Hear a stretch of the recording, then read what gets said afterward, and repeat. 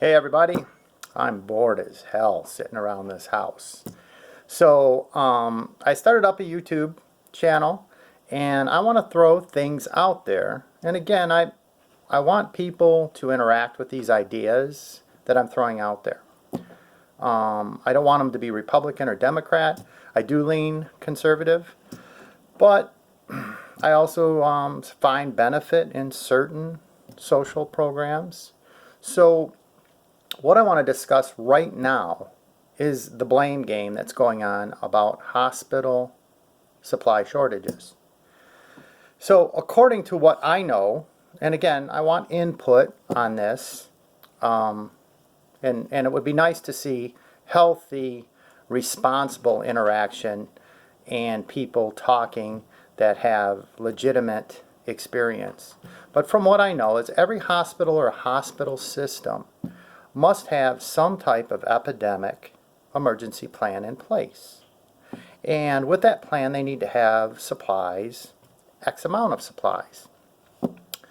So wouldn't you think that the average hospital or hospital system would have at least 2 weeks of supplies to prepare for any epidemic? Wouldn't you expect an epidemic to last 2 weeks, 3 weeks, a month? So that's the first thing I want to say, is that the first line of defense for each and every one of us is the hospital systems in the area we live in. That is our first line of defense to protect us during an epidemic. The second line of defense is our state government. That's why we're a republic, right? That's why right now Governor Whitmer can do what she can do, because she's, the end-all be-all here in Michigan. But the second line of defense is the state. And the state is supposed to have a stockpile of medical supplies for an epidemic or an emergency situation. That's the state's responsibility for all of us. They manage us, right? We have a unique set of laws that are different from Wisconsin or Illinois or Texas or California, right? When you compare the laws in California to that of Michigan, they're much, much different. And that's because we get to rule ourselves as a state, right? Independent of federal rule to some extent. The federal government is there to protect our rights so that the states don't violate them like they did with Jim Crow laws. Horrific laws that should have never been in place but were justified, right? At the state level, and then finally at the federal level they said no. And then the feds came in and ended all of those, right? So our second line of defense for all of us is our state. And this was evident when in 2015 a state health study in New York said, hey, if there's a respiratory epidemic, you're going to need 16,000 ventilators. Well, the state didn't invest in those ventilators at the time. And they were much cheaper than what they are now, supposedly. So there's proof positive as to, hey, it's the state. The state invested in other projects, which we could, cast some stones at, let's say. I don't live in New York. It's really none of my business. It's up to New Yorkers to say what's right or wrong and look back and say, that wasn't right.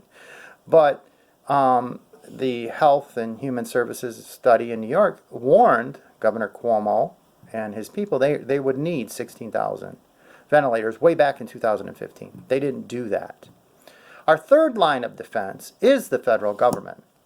But the federal government can't say, I'm going to favor New York, or they have to be prepared to help all 50 states. And they might even have to help some of our territories as well. So they're a much thinner line of defense. So first we have our hospital systems. Second, we have our state.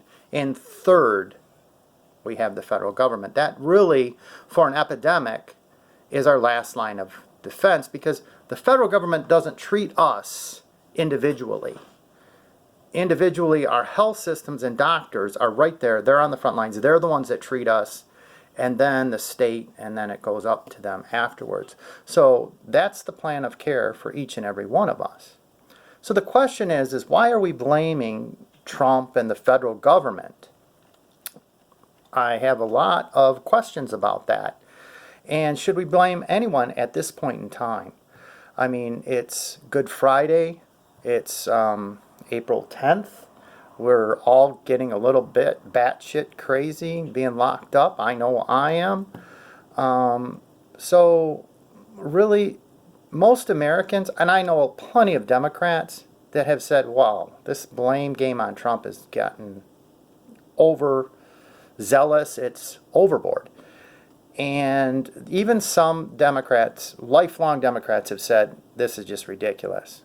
And I think what's going on here again is it's ridiculous. And I think if we look at the truth and look what was really supposed to happen, that there may be some failures, and many more failures than the federal government, at the hospital administrator and the state government level.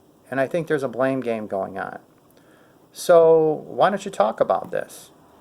Let's really get some ideas going. Is really, should we be blaming the federal government, or did our local hospital systems and our state governments fail us first? So some more food for thought. Y'all take care of yourselves. Be safe. I hope you're all healthy. Thanks.